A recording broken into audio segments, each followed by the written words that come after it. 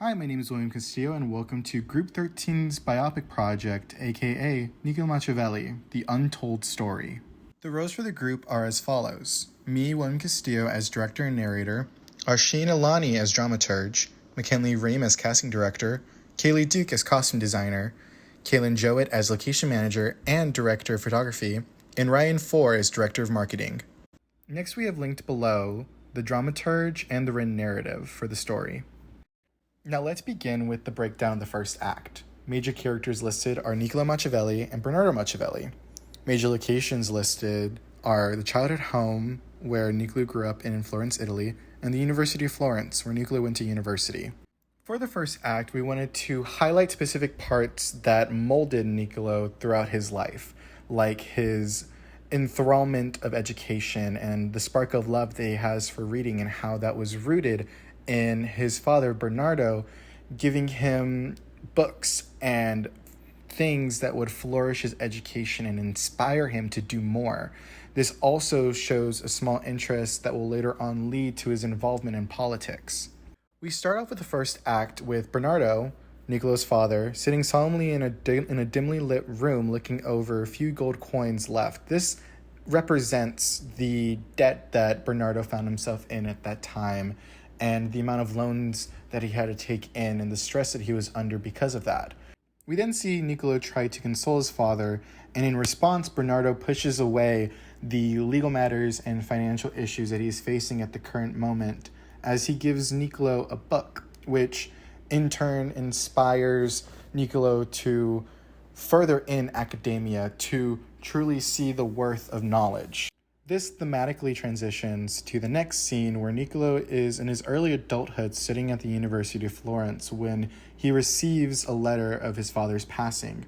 He then picks up the book that his father gave him as a child and vows to continue his education to honor his loving father, further instilling his father's worth to him and his education as an inspiration, as a role model. Next, we have a list of different inspirations that we have for the scene and the different architecture, the shots that we want for the first act. We want to display the childhood home where Niccolo grew up in and the style of interior design and architecture that he would have been able to witness at his very young age. And then we have a transition to the next portion of his life, past his childhood home, to the University of Florence, where he is studying and furthering his education inspired by his father. Next, we have the breakdown for the second act. Major characters for this act are Niccolo Machiavelli, Marietta Corsini, the jailer, and Barbara Salatati. Major locations listed are the Chancellor Building, the church, and the jail. For this second act, we wanted to break down the success and downfall of Niccolo during this portion of his life, where he is a successful person both in a professional sense and in a personal sense. We then transition to his affairs and his downfall and the downfall of his marriage, and then slowly transitioning to the lowest point of his life where he is arrested. We then start off this act with Machiavelli presenting policies, as this is his position in the Florentine Republic government. After a successful presentation, we then see him transition to this beautiful church where he will marry the love of his life, Marietta Corsini. When they exchange their vows, Niccolo reads off a sonnet that he wrote about the overwhelming power of Cupid's arrow, fully displaying his love for Marietta. At the wedding, we see Barbara Salutati performing. We then see her later on in the story as Niccolo goes off on diplomatic trips due to his job, due to his position, and he meets her performing again. He is extremely encapsulated by her beauty and her voice that he loses track of where his loyalty lies. Him and Barbara then have an affair. While he is away, Marcetta sends letters pleading for him to come back, pleading for him to come back to her. When Niccolo returns home, he is expecting a warm welcome from his wife, but that's not exactly what he gets. Him and Marietta end up getting into an argument, and Niccolo leaves, upsettingly, to go to a brothel, where he meets Laricia, a courtesan. He wakes up late in the morning the next day and heads to his office, where he is greeted by guards appointed by the Medici family to arrest him. Next, we have more inspirations for the different settings that we have for this act. The Chancellor building where Niccolo works, the church where he marries his wife, and then we have the final scene where he is imprisoned and tortured. This then brings us to the third act breakdown. Major characters listed are Niccolo Machiavelli and Lorenzo Medici. Major locations are Machiavelli's house in the countryside of Florentine Italy and the battlefield where the Holy Roman Empire defeats Florence. For this act, we wanted to show the residual effects of the trauma on Niccolo after being tortured and imprisoned in jail. We then wanted to show his desperation to get back to the life he used to have before he was arrested, and then later on in life, him being filled with sadness and frustration of the Holy Roman Empire defeating Italy. We begin this act with Niccolo being released from jail after 22 days of imprisonment and then exiled from the city to reside in his house on the countryside. Due to his experiences and his traumatized mindset, he is inspired to write The Prince, which were instructions on how a ruler should gain and hold on to power. A huge inspiration for him to create this is the eagerness to get his job back, and he dedicates said book to Lorenzo de' Medici. He sends it to him, but Medici never reads it. News comes out that Italy was sacked by the imperial troops of Emperor Charles V, and Niccolo is filled with grief and frustration as he's basically feeling abandoned and unseen because the prince was the perfect layout of how to stay in power. Stricken with grief and despair, he passes away shortly after hearing the news of the defeat. We then transition a year later after Niccolo's passing, where we see Pope Clement VII read The Prince. He sees the potential behind the instructions that Niccolo writes out and the potential of if anyone else finding this book and learning from it. He sees this as a threat and then bans the book to prevent his opponents from learning how to attain power. However, he keeps a copy for himself and hides it away. Next, we have inspiration for the house on the countryside that Niccolo spends the rest of his days in. And then following that, we have a distant panning shot aerial view of Florence, Italy, where the Romans sack Florence. Next in our presentation, we have the casting decisions made by McKinley Ream. First on the list of characters we have listed is Leonardo DiCaprio as Niccolo Machiavelli. Previous roles are The Wolf of Wall Street, Titanic, Shutter Island, and Catch Me If You Can. Due to DiCaprio's exceptional resume and the diverse characters that he has been able to play in the past, we feel that it is best that DiCaprio plays Niccolo Machiavelli. We see a lot of the characters that DiCaprio has played in the past in the way we want to portray Niccolo. We have the impressively successful character Jordan Belfort that Leonardo played in Wolf of Wall Street as inspiration for Niccolo's advantageous and exceptional history as a diplomatic official in the Florentine Republic. And we also have the more sensitive side of Niccolo seen in Leonardo DiCaprio's portrayal of Jack Dawson in Titanic. These two sides of the same coin we feel fits perfectly for how we want to portray Niccolo as both someone who is successful and strong yet vulnerable. Next on our list we have Rachel McAdams as Marietta Corsini. Previous roles are The Notebook, Mean Girls, Wedding Crashers, Game Night, and Eurovision. As we see Rachel McAdams' portrayal in The Notebook, we're able to see the lovable and wonderful partner that she's able to portray in a story. She's an amazing actress that can absolutely be able to bring to life this character of Marietta Corsini. Next, we have Jason Statham as the jailer.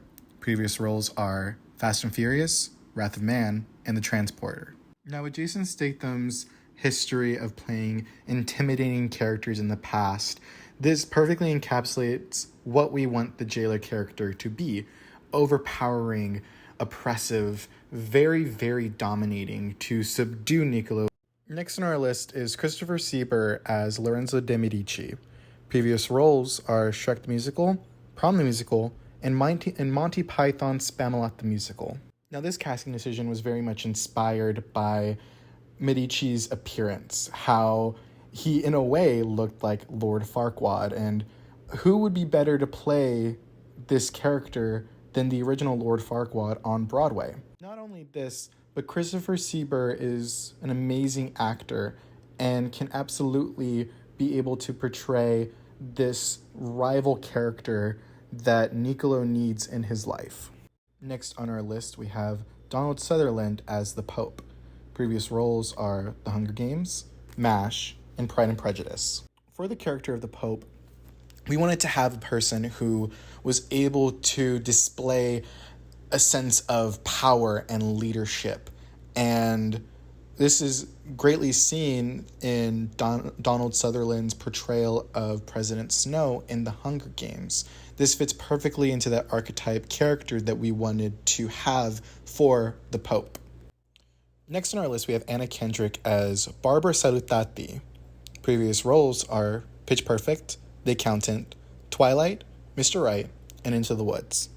For the character of Barbara Salutati, we needed to have someone with an incredible voice, someone who is able to convince the audience that Niccolo was completely enthralled and encapsulated by this beautiful voice. And Anna Kendrick is able to do so based off of her past experiences in musical theater and her portrayal of Becca in Pitch Perfect and Cinderella in Into the Woods. She's absolutely able to portray this character to the best of her ability and will do this character justice. Next on our list, we have Jennifer Lawrence as La Richa. Previous roles are The Hunger Games, Passengers, Joy, and Silver Linings Playbook. Now, the issue with the character of La Richa is that she plays a very small part in Niccolo's life.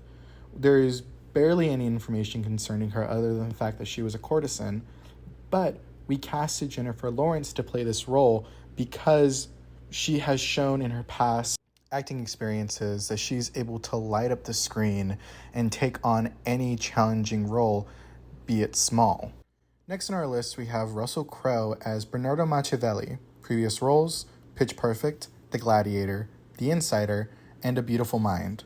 Russell Crowe is a strong present force on the screen in any film he is in. He's able to create that dominating, in a way, fatherly presence that is needed to portray Bernardo Machiavelli.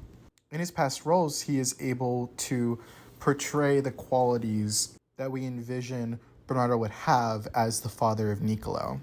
Next in our presentation, we have costumes designed by Kaylee Duke.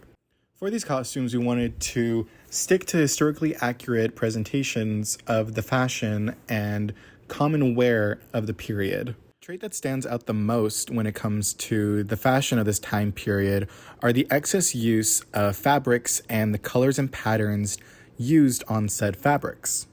For this movie, we wanted to stay historically accurate to the clothing that was worn at the time, and with doing so, we would need to implement different forms of textiles like wool, cotton, linen, and silk.